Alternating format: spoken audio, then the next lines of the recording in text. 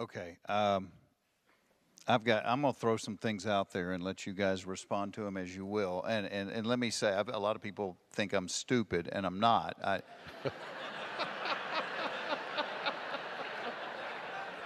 I'm ignorant. Ignorant means you can learn, right, Dennis? We're all ignorant. And I learned something tonight from you, so I guess it's been a good day. So I am going to cite the source of this idea. That's right. This idea came from one of my dear friends, Ronnie Brassfield, who I call Chicken Man. Ronnie works with me every Tuesday morning leading a Bible study for homeless guys downtown at the Atlanta Mission. The choice for us morally, it's never between good and bad. I think Satan's, one of his greatest tools is it never looks bad. He makes it look good. And so, according to Ronnie, the choice every morning that we have is between best and good. Because the devil always makes it look good. With that in mind, what do you gentlemen think are some of the biggest lies that our culture tells us today? Wow. Good one. I was worried about some of the things Jeff might say. I didn't worry about what my dear friend Dennis would say too. So it's great to have both of you here on the platform with me. You'll keep me balanced. I think I have a good illustration on that, Jeff. When Tiger Woods went the way of all flesh and made his horrendous mistakes, the media wanted to interview him. And in the most ironic question I've ever heard a media person ask, it was asked by a media person of Tiger Woods, how could you lie to so many for so long?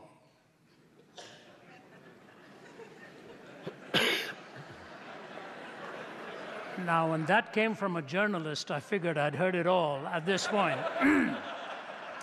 How could you lie to so many for so long? And you know what Tiger Woods said?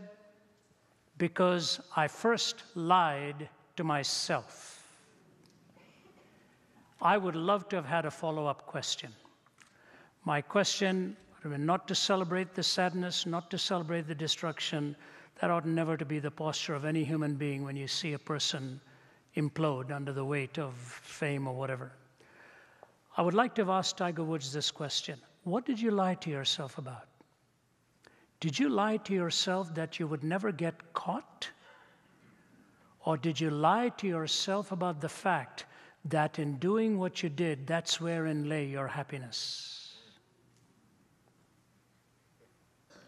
See, that's the deadly lie. The lie that's superfluous is that I'll never get caught. But the real poisonous lie in the system is to think that you can violate the sacred boundaries that God has set, and that in that violation you will find your fulfillment and find your happiness. It's simply not true. You see, the fact of the matter is God has set boundaries. He has set for us those fences, and Chesterton once said, whenever you remove any fence, always pause long enough to ask why it was put there in the first place. You see, as an apologist, I'm asked what they think is the most dart-laden question, God and the problem of evil. Believe me, that is an easier question to answer than this one, because Chesterton said, meaninglessness does not come from being weary of pain. Meaninglessness comes from being weary of pleasure. So pleasure without God, without the sacred boundaries, will actually leave you emptier than before. And this is biblical truth. This is experiential truth. The loneliest people in the world are amongst the wealthiest and the most famous who found no boundaries within which to live. That is a fact I have seen again and again. So I would just identify that one, Jeff, the fact that pleasure is the way of ultimate fulfillment. Who would have ever thought that Oscar Wilde, who lived that hedonistic life, lying in his bed in Paris looks at his lover Robbie Ross and asks him the most incredible question: did you ever love any one of those boys for their own sake? What is a hedonist suddenly introducing a pristine definition of love? And when Robbie Ross said no, he said, neither did I. Only a priest now is all I need, because he went on to talk about how the blood of Christ was all that he needed ultimately to cleanse him in his Ballad of Reading Jail. The greatest lie we sometimes are told is that in pleasure lies our fulfillment. I would say pleasure unbounded by sacredness will leave you emptier than before.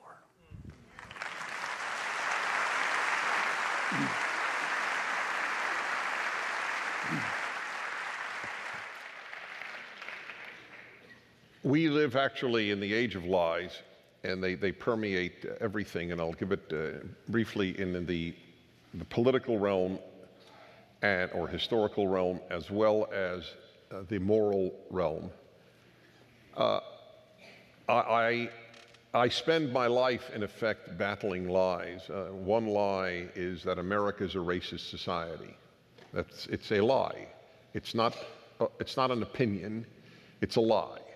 It's the least racist society ever created that we know of in history.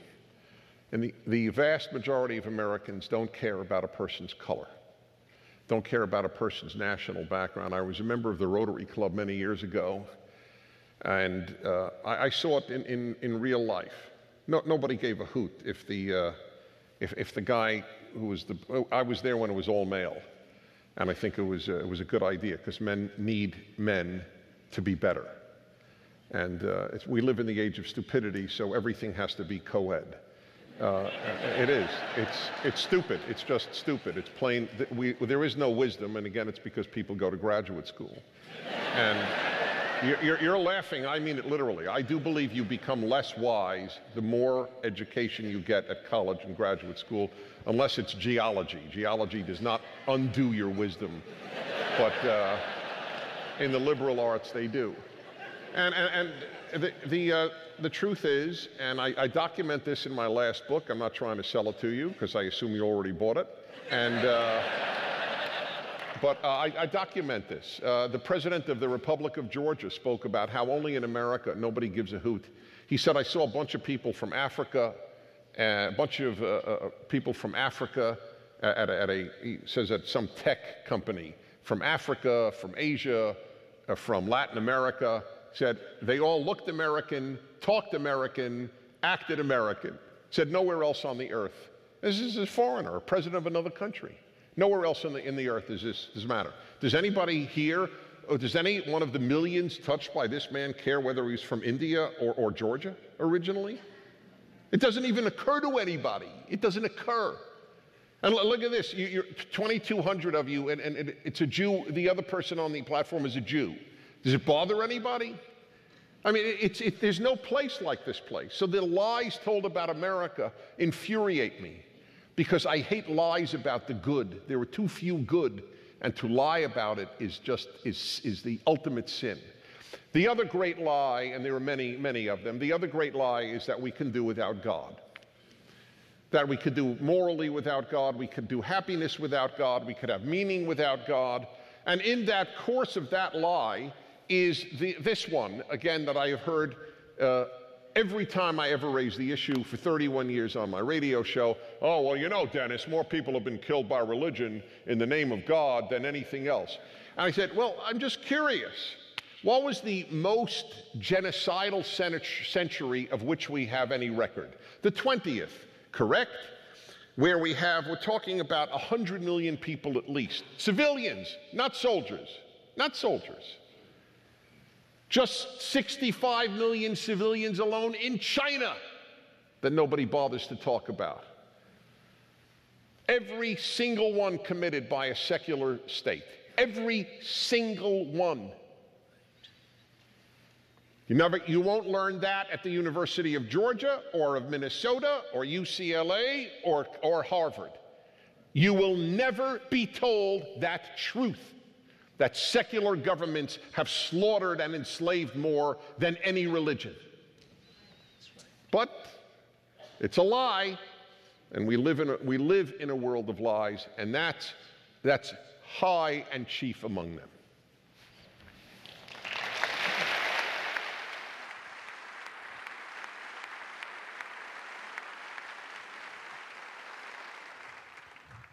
You know, we stand here looking at the condition of the country, and it's very easy to say, well, we show up on a Thursday night and we care about these things, but, you know, my thought always is, how did we get here?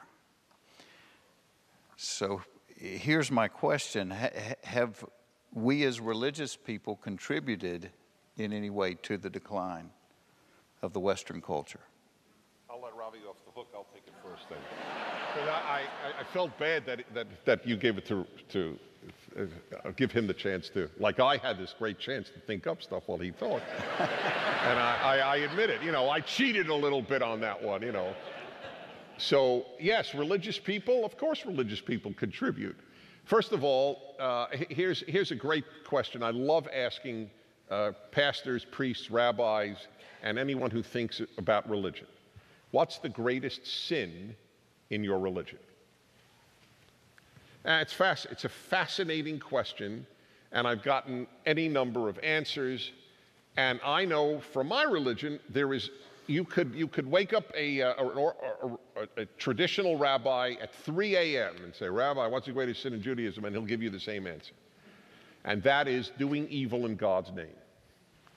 That's the greatest sin according to Judaism because, and by the way, that is what do not take God's name in vain really is. I know from the Hebrew, and I know Torah Hebrew like I know English. The Torah Hebrew is mistranslated when it says, do not take the Lord's name in vain. And I'll prove it to you and just end with that because it's so important. I'm on a crusade, if you will, to give the correct, what I believe is the correct explanation of that commandment. Because it says, to prove to you that it can't mean, and this is the way most people understand it. If I say, oh my God, did you see that home run? Then a lot of religious people will say, you know, you took God's name in vain, you violated the commandment.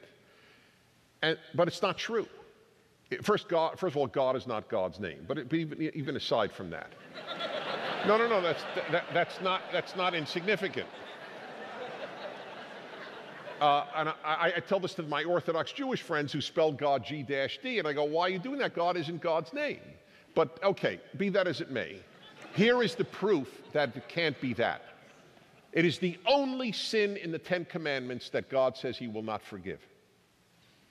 He's going to forgive murder, theft, adultery, lying in court. He'll forgive, but not saying, oh my God, what a home run. This is a very, very silly God, in my opinion, and I am convinced God is not silly. That's one of my basic beliefs. In fact, I know, but I already have a title for a book I never wrote, but which would really annoy a lot of religious people. It would be titled, God Has Common Sense. Because religious people often portray him as not having common sense, and in my opinion, that's one of them. God will forgive everything except saying, oh my God, what a great piano recital. You took his name in vain. So it can't be that. It can't possibly be that. So what is the Hebrew? The Hebrew is lo tisa et shem Adonai Elohecha lashav. Do not, it's not take. The Hebrew, and ask anyone who knows Hebrew, is do not carry God's name in vain. Big difference. Totally different. It's been mistranslated. Do not carry God's name in vain is one who murders in the name of God, steals in the name of God, molests children in the name of God. These are the scum of the earth, the worst people on earth. If an atheist commits torture and a religious person commits torture, it's actually worse if a person tortures in the name of God than if an atheist tortures. Because the atheist has done pure evil, but has not ruined the possibility of people taking God seriously. Whereas the person who, the Islamist who murders in the name of God, I'm telling you, there is a direct relationship between all the murder in God's name taking place in our time and the ascent of atheism. There is no question in my mind that they are related, because nobody does the case for atheism like the person who does evil in God's name. And nobody makes the case for God as beautifully as the one who does beautiful things in God's name.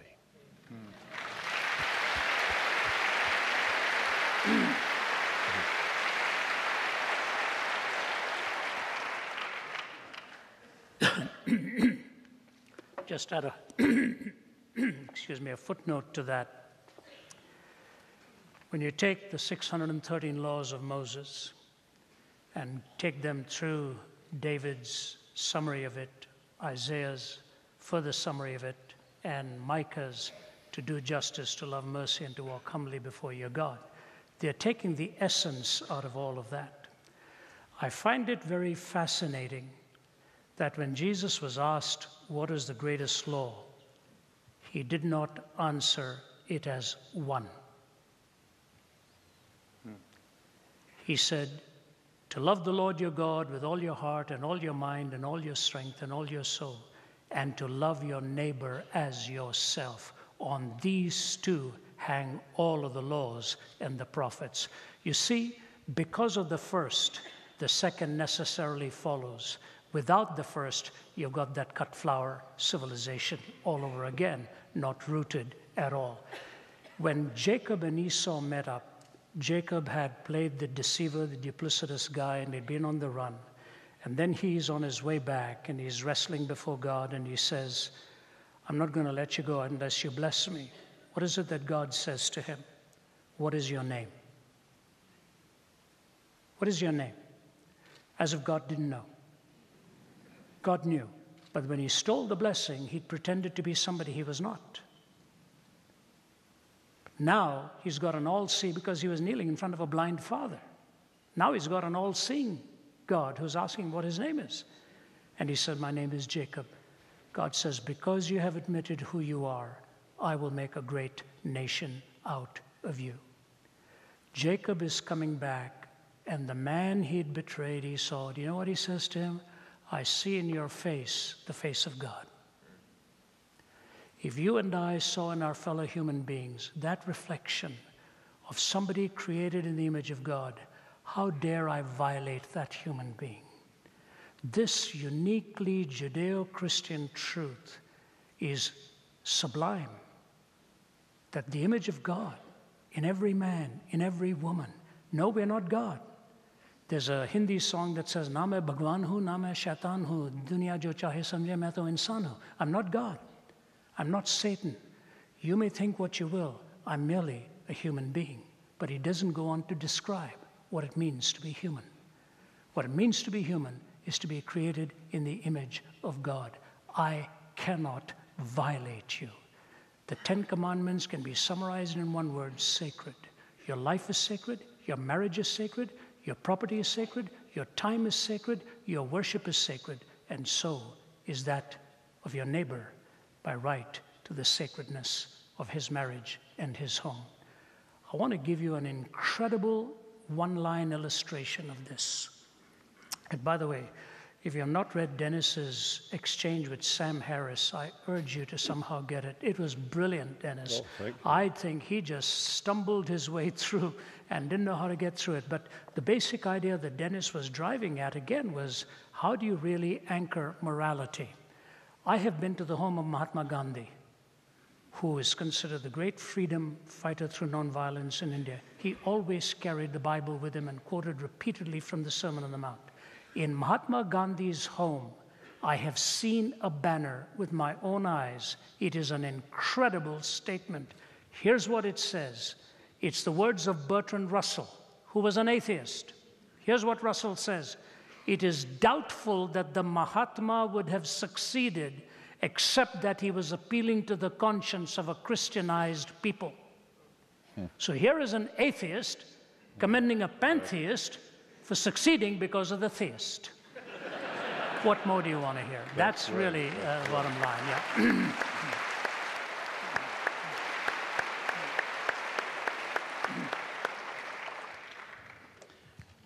Man, this is going way too fast, and we do want to open this up because I have so many questions. I don't know which one to pick. Yeah, you know, I read. I'm going to give a shameless plug. I don't even know who wrote it, but so I'm trying to cite the source. But I have a devotional.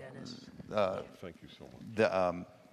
Called Jesus Calling, and there was a thing in there this morning. I love this little thing because it's made for simple people like me. It's not, you know, I read my utmost for his highest, and I'm drowning before the third line. But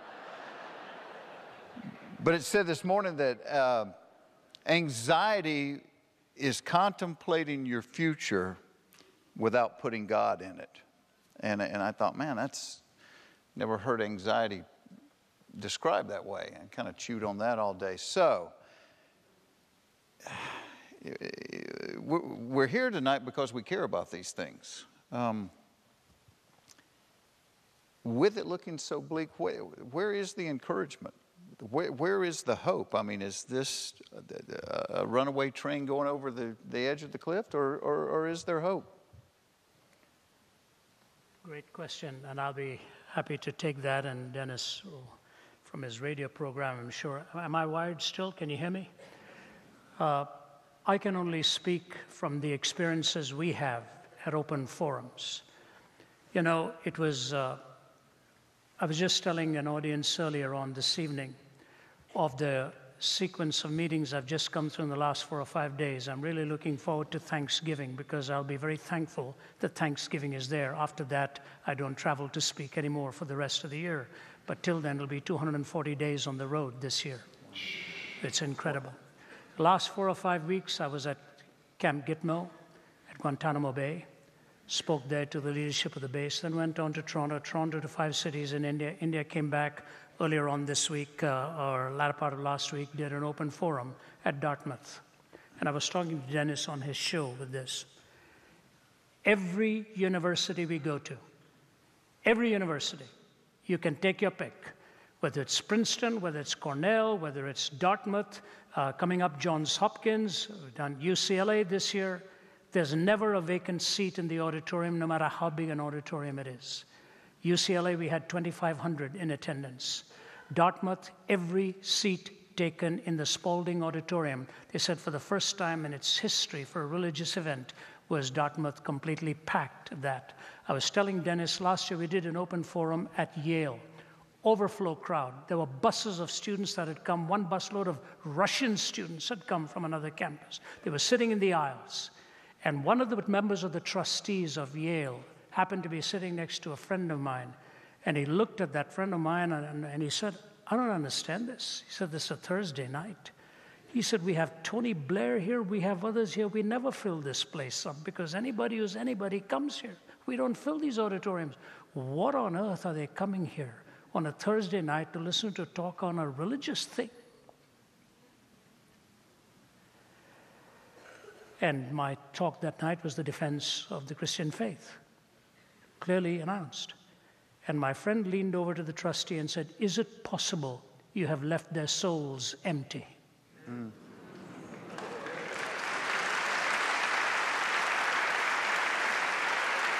I'm telling you, we were in India at the first medical school built there, historic. They had to open an overflow room with 1,000 sitting in there. This is a predominantly Hindu culture.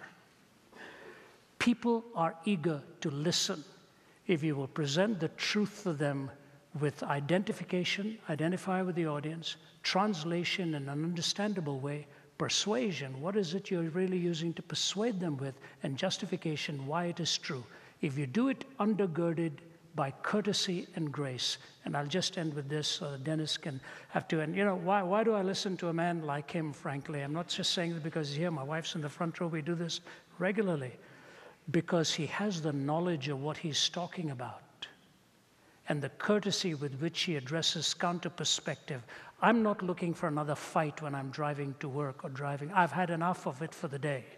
I really want to go to bed without fighting in my mind somebody on a talk show. But when one is articulating profound issues with relevance and with courtesy, you're willing to listen. At the end of the Dartmouth evening, a young 17-year-old who's applied to Dartmouth, not even there, she came up to the front, and here's exactly what she said.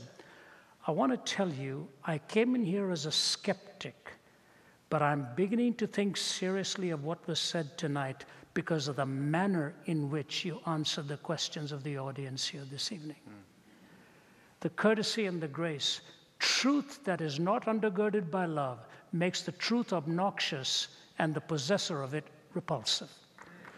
You must take it with love and grace. And so I tell you, Jeff, you know, he always jokes about his intellectual prowess or whatever it is. This man's a genius. He's a genius.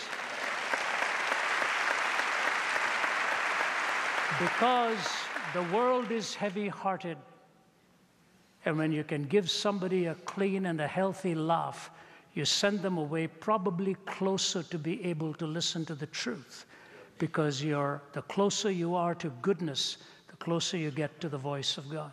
And I just say, in the work he does, work Dennis is doing, work I'm doing, there are people who are willing to listen. There is hope, and the best reason for that hope is our young people, who I believe once they come under the conviction of the truth, they'll put the bag on their back, and they'll go to the hinterland anywhere in the world, and they will take the gospel message or whatever it is they are carrying in terms of a peaceable coexistence for life.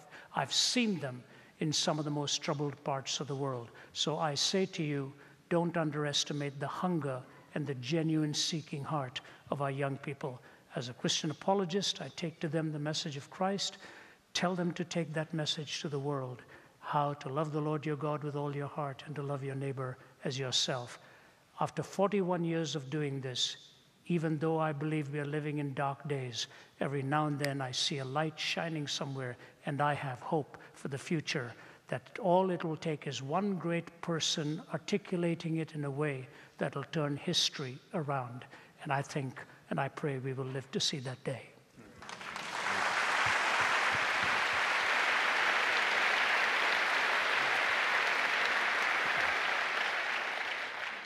So whenever I'm asked about is there hope, I am reminded of one of the greatest lines that I've ever heard.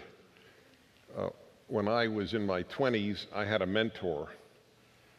His name was Rabbi Pinchas Peli. He was an Israeli rabbi, and he took a liking to me. And I lived at his home when I went to Israel, which was every year in my 20s. And he told me this story. In the early days of Israel, when it was a much more socialistic type country, the place was run by bureaucrats. So it took you 6 months to get your telephone for your house. So he told me the story that he went to the Ministry of Telecommunications to get his phone. And he then said to the guy, and obviously I'm translating, but it works happily, perfectly in English.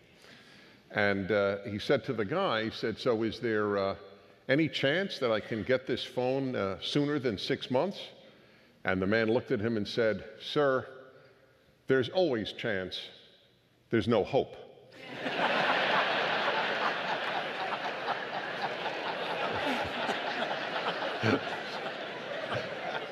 So it's terrible, because whenever I'm asked, is there any hope, that's what comes to mind. There's no chance, but there's always hope. So I have to get it out of my brain, but it's too good a line. I can't get it out of my brain. So, is there hope and so on? I don't know. I don't work under the, I don't do my work under the impression that there is hope or chance or anything like that. I do my work because that's what God wants me to do. End of issue. I don't know what the chances are of its success. I don't even think much about it. I have a very, very simple relationship with God. Maybe it's too simple, because it's not a terribly emotional one, which it's just the way it is. I made peace with that. My biggest question it's 99% of my relationship is, what do you want me to do?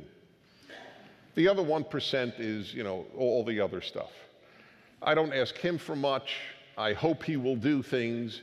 But I really want to know, what do you want me to do? And this is my task. If I'm given health and I'm given ability, then I have to do what's right. I tell Jewish audiences that we Jews have become like Jonah, running away from our mission. Jonah is, to me, the classic book in that way. And believe me, many Christians fulfill that title as well. Jonah's not just Jewish. And so that's the issue. Are you going to be Jonah? Are you going to run away from, if you don't believe in God, it doesn't apply. But if you do believe in God, then you have a task. You have a task on this earth. You have to bring God's word to the world. Now, I'm perfectly happy with love God and love your fellow man. My favorite, you quoted, in fact. Hey, hello, man. He doesn't even, it's fascinating. He says, Adam.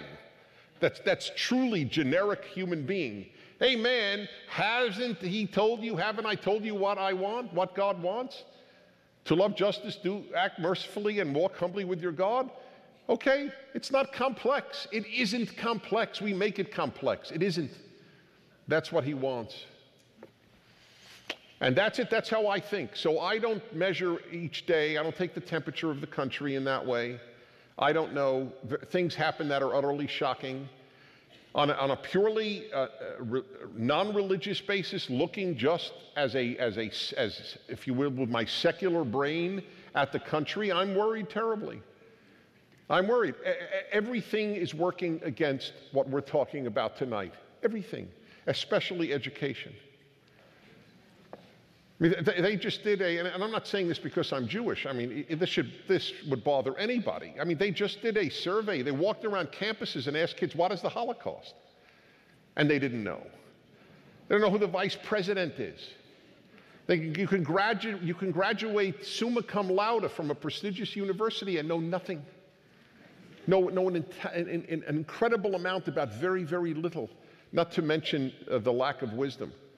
It is no joke when I say on my show, if somebody says to me something particularly stupid, but they said it with proper grammar, then I immediately assume the following. What graduate school did you attend? No, I do that on the air all the time. And then they go, hey, how'd you know I went to graduate school? And then, then I'm stuck because I don't want to insult them. So I try to say, look, I don't mean to insult you, but you had to go to graduate school to say something that foolish. You could not come up with that on your own. You have to go to college to believe men and women are basically the same. My grandmother, who never went to any school, knew more about men and women than a PhD in women's studies.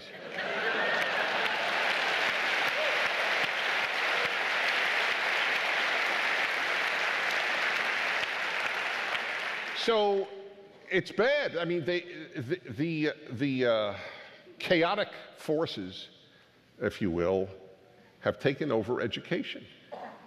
When a kid calls my show, kid 15 years old, 11 years old, calls my show and asks a serious question, I immediately assume they're homeschooled. And I do. I say that. Are you homeschooled? And then they go, how do you know? I say, because only a homeschooled kid is likely to call in about the issue of good and evil. Right? The average 11-year-old is thinking about Miley Cyrus, unfortunately. So it's tough to say that there's optimism. By the way, something that does give me hope, though, I do want to say, I want to read this because are the members of the Georgia House of Representatives still present here? Are you 4 here? I'd like to introduce them. This is a big deal. They're very busy. They had to travel a while to get out here. So first, these are 4 members of your House of Representatives, and I'm honored that they came. First, my good friend Sam Teasley, Representative Sam Teasley.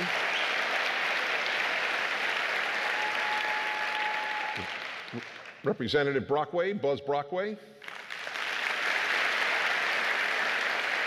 That was too humble. That was too humble. Stand up the whole way. Thank you, thank you. I don't like humility. Josh Clark.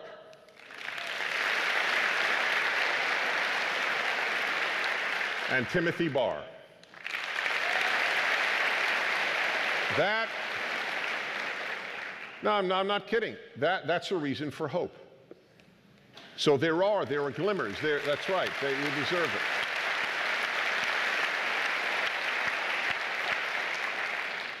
You know, he inspires me. See, we need each other, and I mean this quite sincerely, because it's lonely out there. You know, unless you live in a hermetically sealed world, and some people do, it's tough out there. It's tough for you out there. You're not living in, you know, in nunneries or in monasteries. You're living out there in the world, and where people have been told that people of faith are stupid. It's one of their favorite admonitions. We're stupid. So I always ask them, really? So tell me, who are the brilliant secular writers that people read? Where are they? We're stupid. It's all ad hominem attacks. And so I know how you feel. He knows how you feel. It's important that you know that. You give me strength. You give him strength. We do strengthen each other. And I know that. And it's a good thing. That's why we need each other. I hate to say people who need people are the luckiest people in the world, because the person who popularized it is not my favorite thinker. But it's true. And we know that we need each other. So there is reason for hope and even a chance.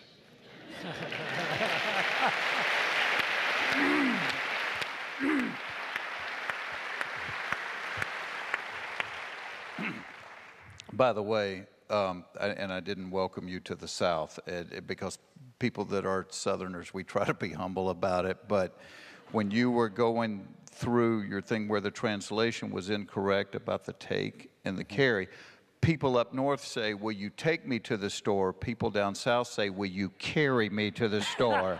So.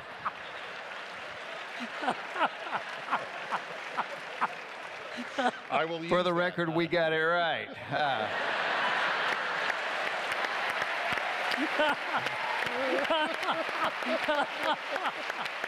That was great. That was just great.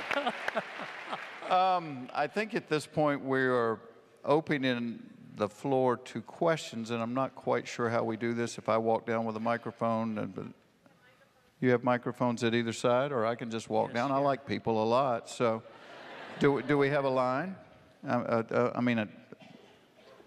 People that want to ask a question? You're coming. Come on. How are you? What's your name? My name's Daniel Phelan. And your question, Daniel? I have one question. It's for Ravi Zacharias. Sir, I love you, man. Like, when Jesus saved my life in college, I was faced with so many questions. And the courage and the boldness that you have through sharing your faith has encouraged me that when I'm sharing my gospel and the gospel with people, they're looking at me and they're saying, man, where do you get these answers? I'm like, dude, you need to hear Ravi Zacharias. He's sick. So I have one question for you, and this may not be conventional, but sir, I would love to give you a hug. Can I give you a hug?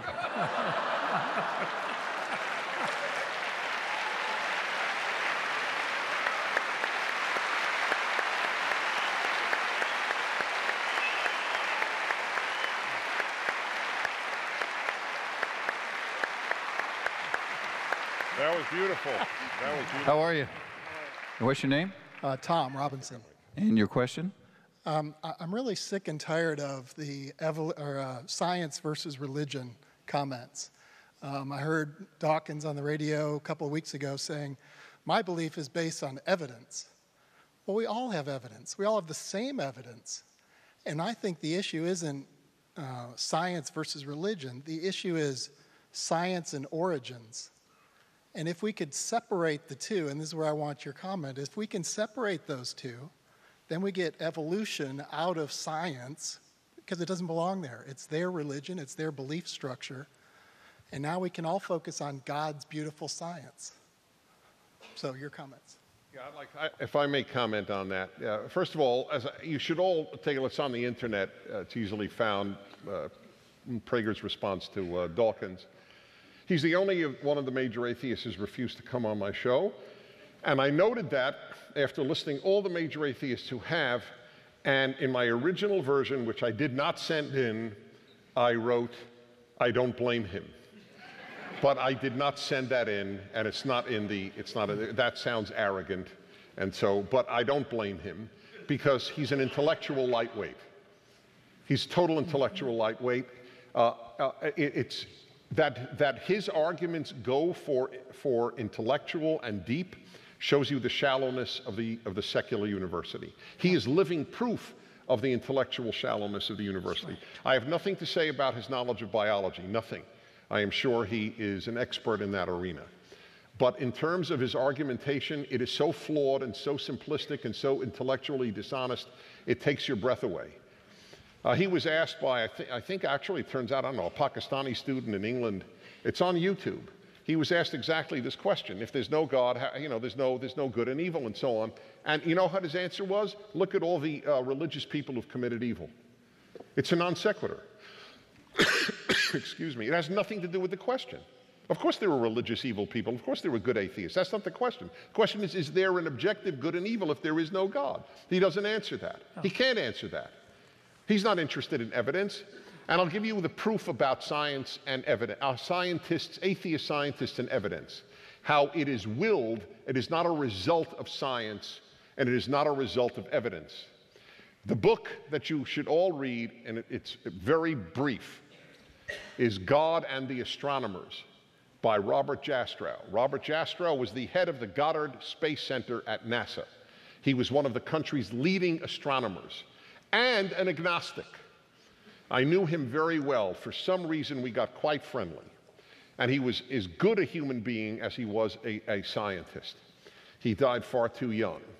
In any event, this is the thesis of his book. Said something happened, and it was originally a New York Times Magazine article, which was stunning that the New York Times had published it.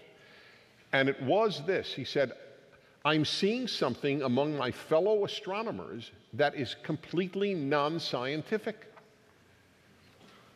The Big Bang is now generally recognized as the scientific explanation that there was a beginning to the universe.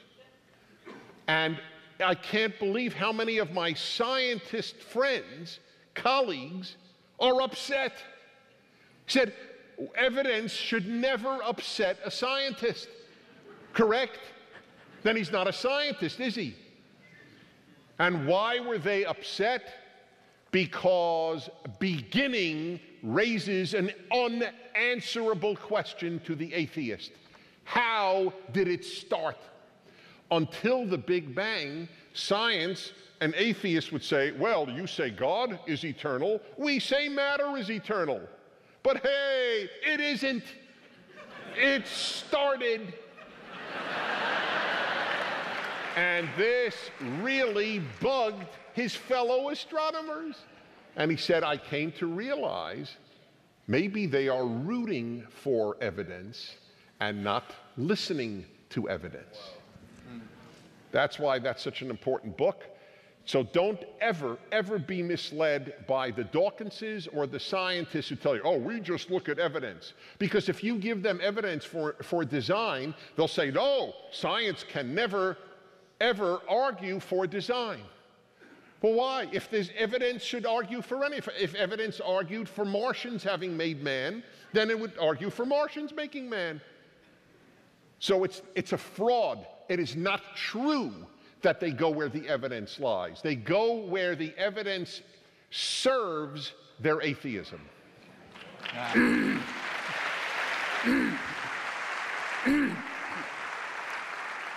I don't know how many of you are familiar with that interview that Dawkins had with the dean of St. Paul's, it was taped, so it was on the air live. Dawkins was once again mocking Christians and so on. You know, he's really an intellectual coward. When he was in Washington, they asked him, how should we respond to religious people? And he said, just mock them, just ridicule them. That's right. Just mock them. So somebody at a university open forum asked me what I thought of that. I said, I agree with him, and I suggest he start off in Saudi Arabia.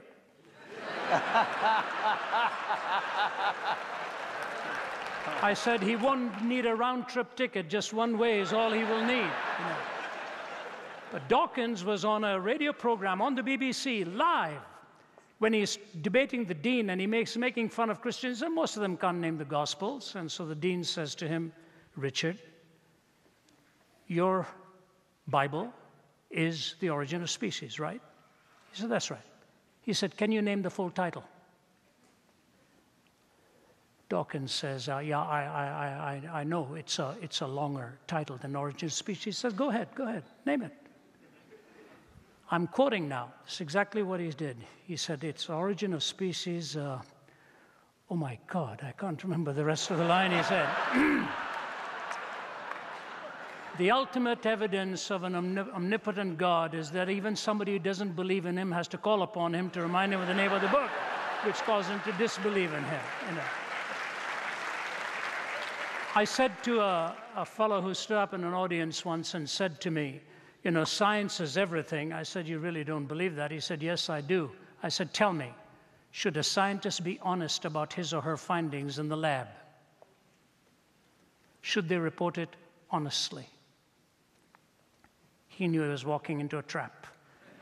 Because if he commented on it, it was a metaphysical statement, not a scientific statement, and all of a sudden science wouldn't be everything. There was metaphysics to it also. I want to read for you. It'll take me a minute to do it, but it's worth this. And that is David Berlinski, the agnostic, who had a brilliant book called The Devil's Delusion in response to Dawkins as the God Delusion. And in the flap, here's an agnostic responding to Dawkins and the other. In the flap jacket of that book, here's what he says. Has anyone provided a proof of God's inexistence? Not even close. Has quantum cosmology explained the emergence of the universe or why it is here? Not even close. Have the sciences explained why our universe seems to be finely tuned to allow for the existence of life? Not even close. Are physicists and biologists willing to believe in anything so long as it is not religious thought? Close enough. Has rationalism and moral thought provided us with an understanding of what is good, what is right, and what is moral? Not close enough. Has secularism in the terrible 20th century been a force for good? Not even close to being close. Is there a narrow and oppressive orthodoxy of thought and opinion within the sciences? Close enough. Does anything in the sciences or in their philosophy justify the claim that religious belief is irrational? Not even in the ballpark. Is scientific atheism a frivolous exercise in intellectual contempt? Dead on. You know, Dennis quoted God and the Astronomers by Jastrow. He has a brilliant line in there. I know Dennis must know it too. It's so popular. He said, for those of us who've lived by our faith in the sciences, I'm afraid this whole thing is going to end up like a bad dream. We're going to scale the mountains of knowledge and climb higher and higher and higher. And when we reach the top, we'll be greeted by a band of theologians who've been sitting there for centuries. Yeah, maybe we'll take two more. Two more. Yeah. You know, in layman's terms, a couple of weeks ago, I heard somebody say that the world wants you to pick between religion and science, and that the two really weren't opposed to each other, that true science is the explanation of how God did it. And I thought, I like that. Yeah. All right, we have to wrap up at 9, so this may be the last question. I don't want to put a load of pressure on you there, but it better be a good one. What's your name? Dean. Dean, and your question. Yeah, could I just say a couple things first? Dennis, I'm really ashamed to say that I've never heard of you before this event. You're a pleasure. Jeff, your definition of redneck is a glorious absence of sophistication, right? You asked some very sophisticated-sounding questions. I apologize. And Ravi, your ministry has been a tremendous blessing to me over the past year or so, and thank you for that. I want to echo Pilate's question to Jesus, only I'll stay for your answer. What is truth? What is truth? Mm-hmm. You know, Natan Sharansky, the Ministry of Industry and Trade from Israel, who was put into solitary for a long time, went back to the former Soviet Union, and he asked if he would go into the prison where he'd been kept in solitary Lefortovo prison for some time, and his wife was with him. He asked her to please stay out. He wanted to go in for a moment by himself. He was a brilliant man. I'm sure you know him better than I would, even Dennis. He used to be an interpreter for Andrei Sakharov and so on. Sharansky went in by himself and came out and then asked if he could go and lay a wreath at the grave of Andrei Sakharov, the physicist who gave to the Soviets the atomic bomb. And after he laid the wreath, he looked at the media and he said, Sakharov made this statement. He always thought that the most powerful weapon in the world was the bomb. Sakharov said in his latter years, he changed his mind. The most powerful weapon in the world, he said, is not the bomb, it is the truth. In fact, Churchill said truth is the most valuable thing in the world. It is so valuable that often it is hidden by a bodyguard of lies. And he was talking about military intelligence. Pilate is the quintessential example of modern times. He asked the most profound question he could have asked, what is truth? And did not wait for the answer. Truth, simply stated, is a propositional description of that which describes reality as it actually is. Truth has two components to it. Correspondence, where particular questions, when responded to, have to correspond to reality as it is. And secondly, when all of your answers are given, they have to be coherent. And so when you go into a court of law, a lawyer asks you specific questions to test you for correspondence to reality. When all of your answers are put together, they have to cohere in a cohesive form and not have a systemic or a particular contradiction. So the question of truth is propositionally that which corresponds to reality, and in putting them all together, it is a coherent set of answers. When you take those two tests, then you go to logical consistency, empirical adequacy, experiential relevance.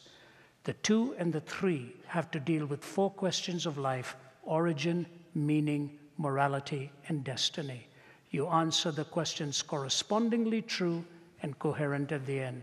And of course, as a follower of Christ, I believe he embodied that in the questions that were answered in origin, meaning, morality, and destiny. Truth in a philosophical classroom ought to be defined as that which corresponds to reality as it actually is. That's the simple definition I can give to you. Thank you.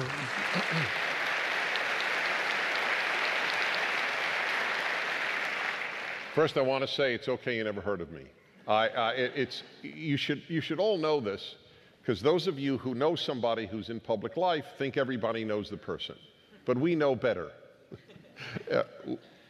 It's like little kids will come over to me and say, "Are you famous?" And I go, "Yes, among those who know me." And that's the truth. Talking about truth, that is the truth.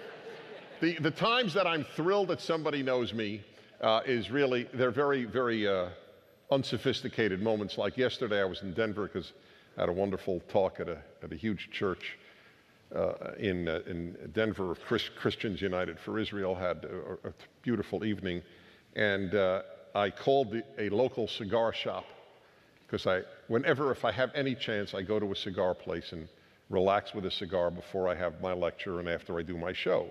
And there's this little window of hours. And so I go, do you have a place where I could sit and smoke, sir? He goes, "You sound like Dennis Prager." And I want you to know that the guy at the Denver cigar store knew me, made my day. That I can't tell you. So it's a very funny thing about who knows you and who doesn't know you and so on. But by the way, that is one of the beauties of this evening. Those who came only knowing this remarkable man, I hope that you will listen to my show or read my books or or visit Prager University, my big endeavor right now to undo the damage of the university 5 minutes at a time. That's what we're doing. That is what we're doing. It's very sophisticated. Check it out, prageruniversity.com. But I want to answer the true thing, and it's a good one to end on, I guess. I feel bad because I know there's so many more with questions. It's always like that. But I guess it's better that you want more than you think, God, did this go on long? So, right? Between the two, it's a better option. But I just want to tell you something about this, about truth, how important it is. I believe truth is the most important. I say this on the air all the time. Truth is the most important macro value. It's not the most important micro value. There are many important. Micro means personal life. Macro is social life. Truth is not as important micro. It's very important, but not as. You don't want to tell the whole truth, perhaps, to your child. The truth is you are ugly. Right? No. I'm being funny, but I'm telling you the truth. In the family, in the personal realm, we do embellish truth a little bit for the sake of the feelings of the people we talk to. All right, so that's an important thing. And is every sin you commit important to tell your spouse? These are great questions that are answered better in the therapeutic realm than in necessarily another realm. But in the macro, truth is the most important value, and I will tell you exactly why. Because lies built Auschwitz. That's why. Without lies about Jews, there could not have been a Holocaust. Without lies about blacks, there could not have been the slave trade. Lies are the root of evil more than any other of the sins that we commit. Because people who believe lies don't know they're doing evil. That's why it's so terrible. You could then enslave a black and think, I'm not doing evil because this is not really a human. You could put a Jew in a gas chamber because they're really vermin. You can, and any of the genocides, or they're just based on lies. Mao's and Stalin's and Hitler's and so many others. So truth, the world rests on truth. In Hebrew, the word for truth is emet. And it's a fascinating word, and it's why I believe that biblical Hebrew has divine origin in some way. Because Hebrew words are fascinating in and of themselves. The word for truth is the first letter, the middle letter, and the last letter of the Hebrew alphabet. Aleph, Mem, and Taf.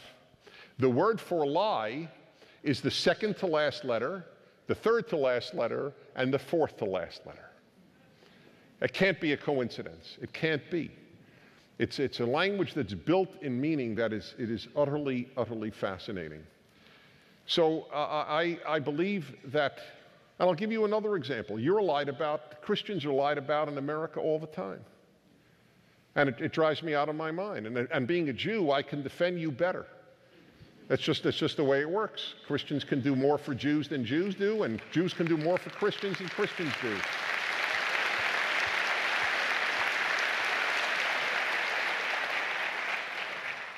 So I'll tell you a cute story, because there's always the unspoken issue of a Jew and what does he believe and so on. But I'll tell you this, and it's adorable, and don't take it as gospel. But I won't name the name. But I am blessed to work for the Salem Radio Network. They syndicate my show. They syndicate my wonderful colleagues' shows. And as I said, I'm on here noon to 3, and my colleagues are on the rest of the day on WGKA at 9:20 a.m. I'm on from noon to 3. So it was a very interesting thing. And all the people who run Salem are evangelical Christians. So this is a Jew working for evangelical Christians. To give you an idea, by the way, just you should know, evangelical Christians, in my experience, are so more open than secular liberals. They live in a hermetically sealed world that they accuse you of living in. They do. They won't hear somebody else. So anyway, so here we are, and it was, I was on Salem Radio has a plane that they use periodically for very important lectures to send people around and so on. So I was on it with some of the heads of the company. And they were talking to me theology and so on. And finally, one of them said, Dennis, look, of course we'd love you to come to Christ. We'd love you to be a Christian. But the truth is, you do much more good for us as a Jew. Thank you very much.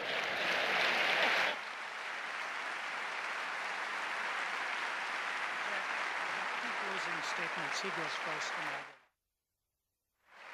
He goes first. Unfortunately, I thank the people for their questions. We don't have time for any more questions. It is now time for closing remarks. Dennis, would you like to go first? Well, sure. I'll be very brief because I know it's we were long. First of all, apology to all those who had questions. I always feel bad. I am one talk show host. Every time the hour ends, there's a whole list of callers. And I see on occasion, because in the name, after the name is the amount of time they've been holding on. And I will sometimes see, 1 hour, 27 minutes, 11 seconds. And I'm thinking, I feel terrible. This guy's waiting for me so long. And I got to. So I always have this bad feeling. But it's not possible, obviously. People, thank God, want to ask questions. And so an apology to those who we didn't have time for. I won't say much. What I have had to say, I have said. And I will just end by telling you, really repeating to you, what an honor it is for me to be here at this remarkable church with this remarkable man. How much you give me strength. That's the thing I want to leave you with. You're good for me. I hope I'm good for you, but you need to know how good you are for me. Because you talk about lonely battles. These four guys, I mean, I feel for them. What it is to hold these values in American political life today, the mockery and the hatred that you receive, and it's always one way, the mockery and the hatred. That's the irony. You're called haters, but I live with you. I never hear this hate. I don't know what Christians they're talking about. I don't say they don't exist. There are asinine Christians, asinine Jews, asinine Buddhists, everything. I know that. But my experience with enormous numbers of Christians has been so utterly positive. The kindness and everything and the humility. I mean, I'm not going to paint you as saints. You're not saints. No, there's no saint walking like around. But there's so many good people. And it's fashioned by your faith, and that's powerful. And it does good for me. I need to see people of faith as good. Because when I see people of faith as bad, I told you the effect is horrible. When people do bad and they're considered religious, it's like then you throw up your hands. It's over. The game is over. If they're going to be bad. So know the good that you do. Know that the power that you wield in the goodness that you do as an American, as a Christian, it's a beautiful thing. I love it. It's encouraging. So you need to know this, because you don't get this feedback much. You may get it from fellow Christians, so here I am to tell you, who is your brother, if you will, your religious brother, your theological brother, the Jew, to tell you how wonderful. I often say, and I mean it, I speak 2 languages fluently, Christian and Jewish. And I mean it, it's true. In the same week, I'll speak at a church and I'll speak at a synagogue, and it's I know the language of the groups. I knew I had really made it when I was asked by a group of evangelicals to lead the opening grace, and I did it well. Among Jews, I could do the proper one in Hebrew. So I see this. By the way, there's a talk I give that is one of my favorite, is what Jews and Christians can learn from each other. And it's on tape. You can get it through my website. You will love it. It is hilarious and true. And I'm tempted to give you one example, but I won't. All right, I will. Okay. So here, you will really love this. So here is a test that I would love to see done, a sociological test. 100 Jews randomly picked, 100 Catholics, and 100 Protestants, okay? And they are told in advance, you're going to a hotel to have an interfaith lunch, just to get to meet each other. So that's it. So I then arranged with the hotel to serve overly ripe cantaloupe. Which group will complain the most?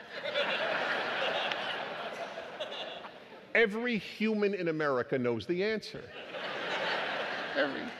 Jews. It's not even a question. The only possible question is between the Catholics and the Protestants. So here is the question: why? See, since I was a child, I always want to know why. Why will the Jews complain more about overly ripe cantaloupe than Christians? So I came up with a number of possible theories, all right? One is a joke. You don't serve bad cantaloupe to the chosen people. That's a joke, okay? That's a joke. It's not true, because half the Jews can't stand the title. They don't want it. Like Tevye in Fiddler on the Roof, they would like God to choose somebody else for a change. So that's not the reason. So I have, and this is my serious reason. Jews and Christians see suffering differently. And by the way, I'm taking no side, but I'm telling you how interesting it is to be immersed in both cultures. For a Christian, suffering is in effect imitating Christ. There is a nobility and even a certain beauty in it, and certainly acceptance. For Jews, suffering stinks.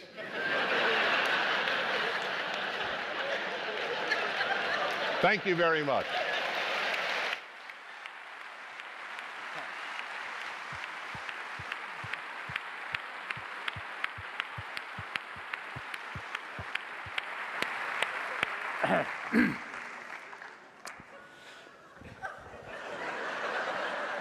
I should have gone first.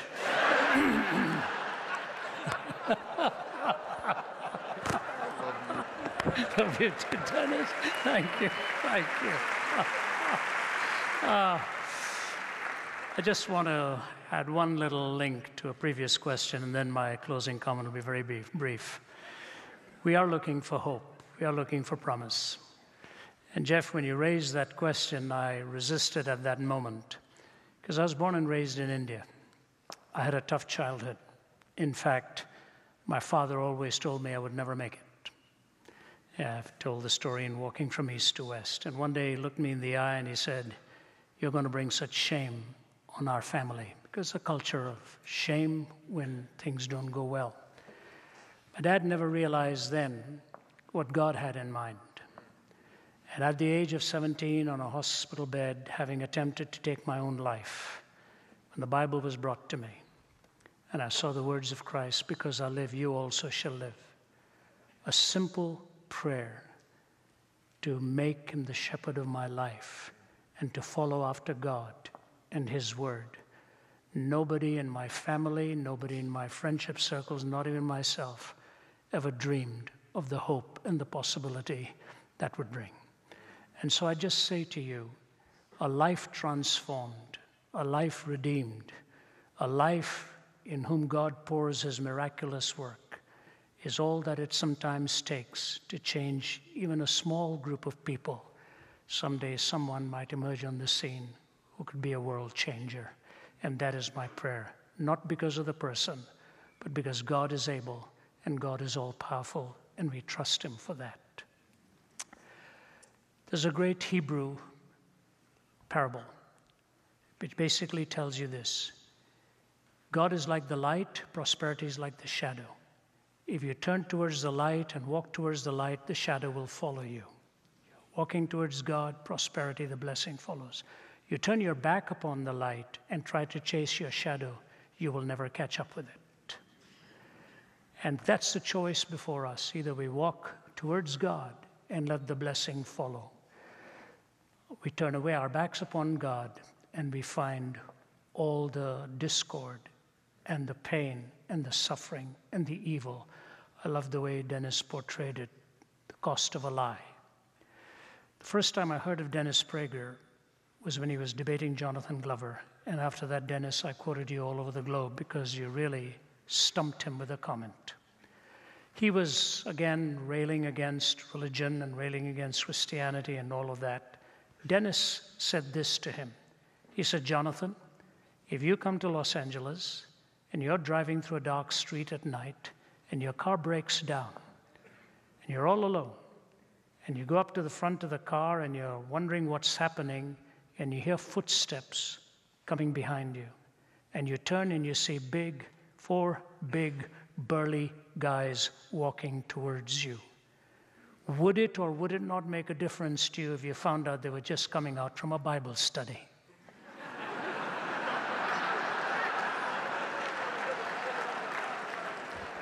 So if this evening does anything, why don't we all look for a good Bible study and make a difference in this world? A Bible study where God's word is honored, and that's when we become world changers. I'm honored to be with you, and I don't think it'd be fair for us to end without giving Jeff a moment to say a few words too. I just want to thank you, Jeff. Everybody, God bless you.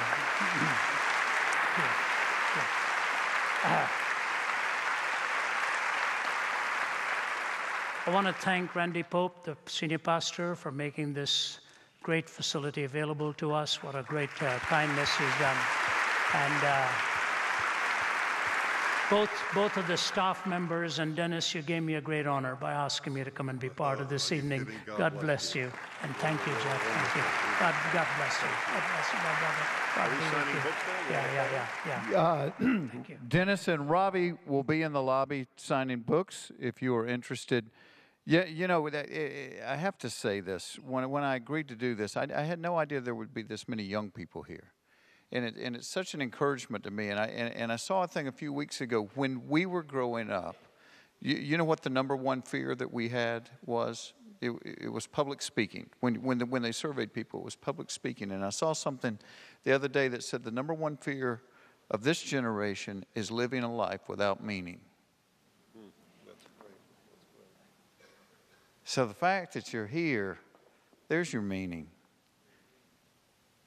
Love truth. Embrace it and cling to it. Because it's the only thing that makes this short time here worthwhile. Thank you for coming tonight. God bless you.